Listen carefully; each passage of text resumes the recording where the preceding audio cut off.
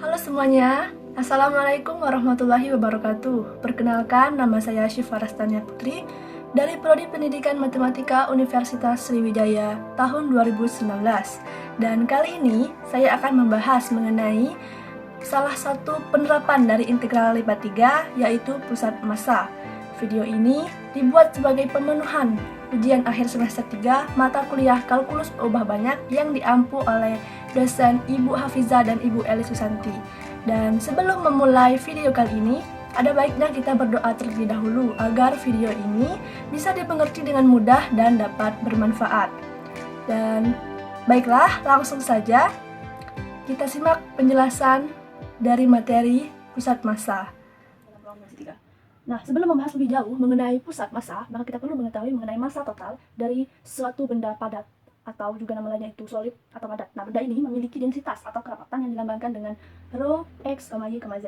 Jadi massa total dari benda ini dirumuskan dengan M sama dengan integral lipat 3 atas daerah S dari rho x, y, z dV.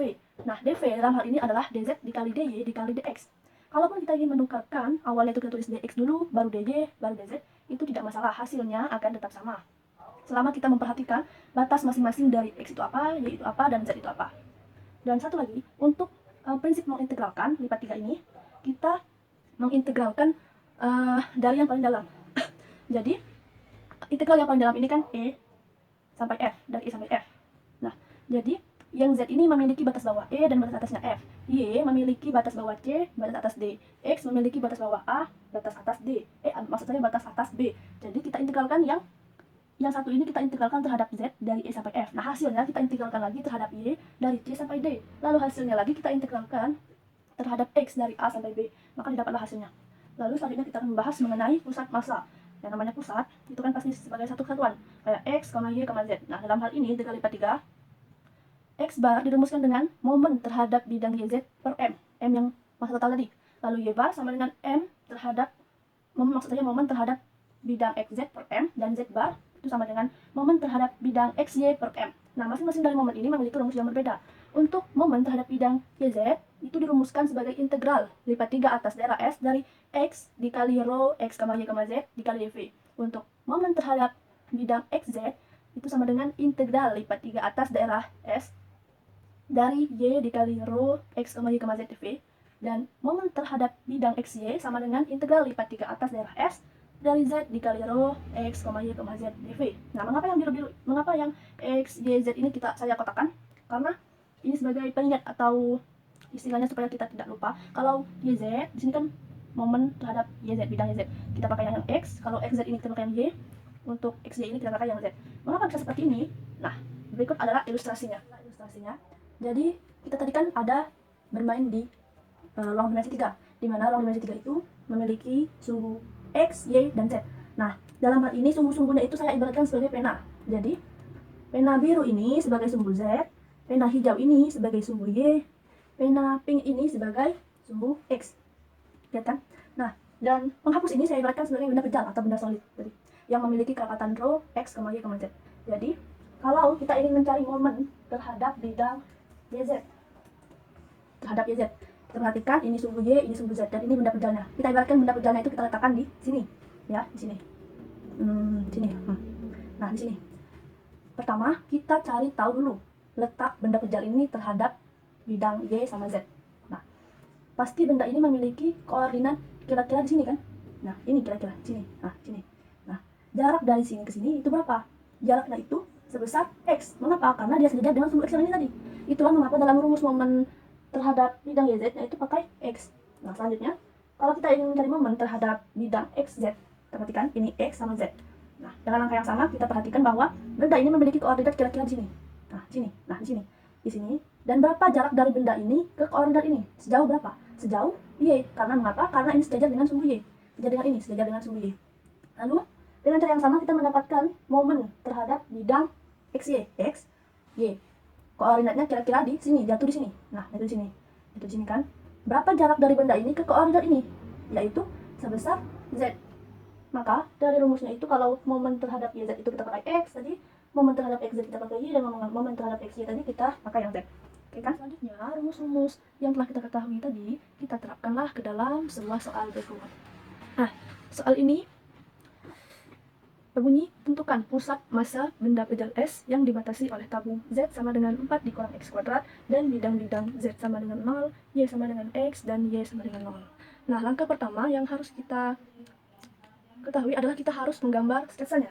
Kira-kira sketsa yang didapatkan itu, kira-kira ya, kalau kita gambar secara manual itu seperti ini. Nah, ini. Untuk yang tadi, Z sama dengan 4 kurang X kuadrat itu bidangnya yang ini, kurva yang ini. Nah, yang melengkung ini adalah kurva Z sama dengan 4 kurang X kuadrat. Lalu yang ini adalah bidang Y sama dengan X, dan yang ini adalah bidang Y sama dengan 0. Z sama dengan 0-nya yang ini, yang alasnya tuh.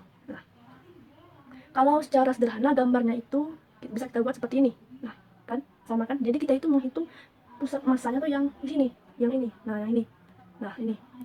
Nah, langkah kedua adalah kita mencari batas-batasnya, batas-batas dari masing-masing X, Y, dan Z. Nah, dari gambar ini, kalau mau lihat gambar secara lebih jelas, bisa kita pakai GeoGebra, gambarnya ada di samping. Nah, ini kan kita lihat batas yang X berarti X ini kan. X-nya itu dari 0 sampai 2.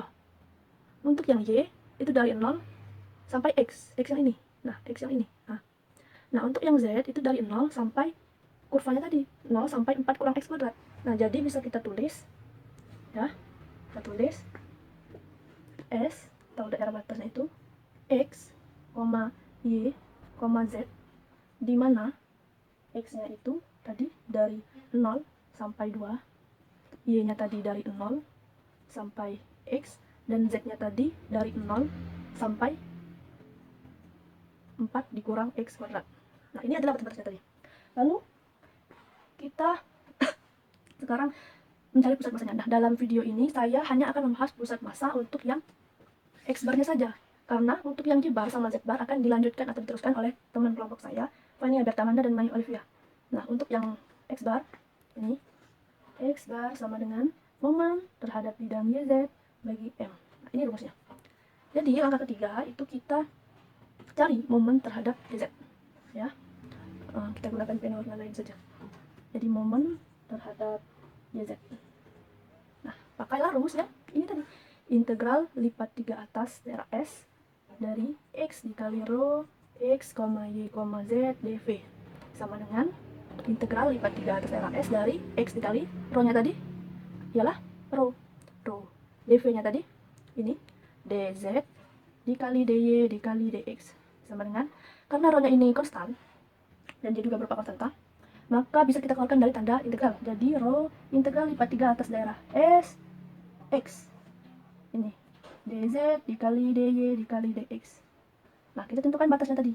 Nah, batas atas, karena integral paling luar ini milik yang X tadi 0 sampai 2, lalu Y-nya itu dari 0 sampai X, dan integral paling dalamnya tadi Z-nya dari 0 sampai 4 kurang X kuadrat dari X dz kali dy dikali dx sama dengan, jadi ingat prinsip tadi, kita akan mengintegralkan yang paling dalam dulu. Jadi kita integralkan yang ini dulu.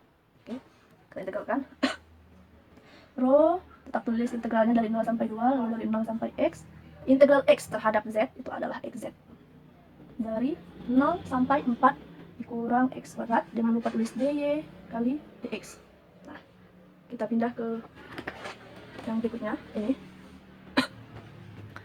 Nah, sama dengan rho integral 0 sampai 2, 0 sampai x. Lalu yang ini tadi 4 dikurang x kuadrat tadi kita substitusikan ke dalam z. Mengapa z? Karena tadi kita mengintegralkan terhadap z. Jadi kita tulis ini x dikali 4 dikurang x kuadrat dy dx sama dengan, tulis lagi rho integral 0 sampai 2, 0 sampai x, kita kali jadi 4x dikurang x pangkat 3 dy dx sama dengan rho integral 0 sampai 2. Lalu fungsi ini kita integralkan terhadap y. Jadi 4x kita integralkan terhadap y itu adalah 4xy ya, dikurang x pangkat 3y dari batas bawah 0 sampai batas x dx sama dengan rho. Nah, kita substitusikan lagi yang x ini ke dalam y. Mengapa y? Karena kita tadi mengintegralkan terhadap y.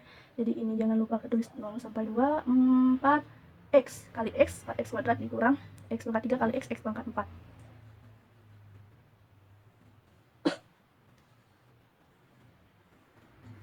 dx. Lalu kita integralkan lagi terhadap x yang fungsi ini tadi. Jadi rho dikali berapa hasil integralnya? Ini x pangkat 3, 4/3 dikurang x pangkat 5, 1/5, batas atas 2 plus bawah 0. Nah, tidak ada lagi dx-nya karena kita sudah mengintegralkannya. Kita substitusikan 2 ini ke dalam x, menghasilkan 2/38 kali 4, 32. 32/3 dikurang 2/5, 32/5. Lalu kita operasikan sehingga didapatlah hasil rho dikali 64/15. Nah, ini adalah x bar, m momen terhadap YZ-nya. Momen terhadap bidang YZ. Nah, langkah yang keempat, tadi kan rumus kita tadi, ini kan, x bar sama dengan m YZ per m. Kita tulis x bar per m YZ. Dapatlah m YZ tadi itu rho 64/15 dibagi m. Nah, kebetulan M-nya ini sudah dicari oleh teman kelompok lain yang menjanjikan materi massa. Jadi, untuk M-nya itu kan sebenarnya sama saja dengan, jadi kan kita lihat rumusnya tadi, integral lipat 3 atas daerah S dari rho X, Y, Z dV. Nah, setelah dioperasikan dari video yang teman saya tadi, didapatlah hasilnya 4 rho. Jadi ini kita bagi dengan 4 rho. Rho 64/15 dibagi 4 rho. Nah, rho-nya ini bisa dicoret, sehingga hasilnya 64 dibagi 4 sama dengan 16/15. Dapatlah x barnya ini sebesar 16/15. Jadi untuk yang y bar sama z barnya itu kan dicari oleh teman saya. Dari video teman saya itu didapatkanlah y barnya itu sebesar 8/15 ya, dan z barnya itu sebesar 4/15. Jadi didapatkanlah titik pusat massa benda pejal tadi ya, titik pusat massa benda pejal tadi, titik pusat massa benda pejal S itu adalah x bar, y bar. X bar tadi 16/15, 8/15, 4/15. Ini adalah hasil akhir dari penyelesaian soal kita tadi ya.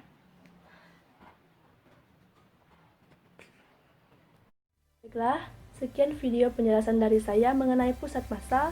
Lebih kurangnya saya mohon maaf, kepada Allah saya mohon ampun. Terima kasih kepada teman-teman yang sudah menonton. Terima kasih juga kepada Ibu Hafizah dan Ibu Eli. Saya harap video ini bisa bermanfaat bagi kita semua. Dan saya akhiri, wassalamualaikum warahmatullahi wabarakatuh.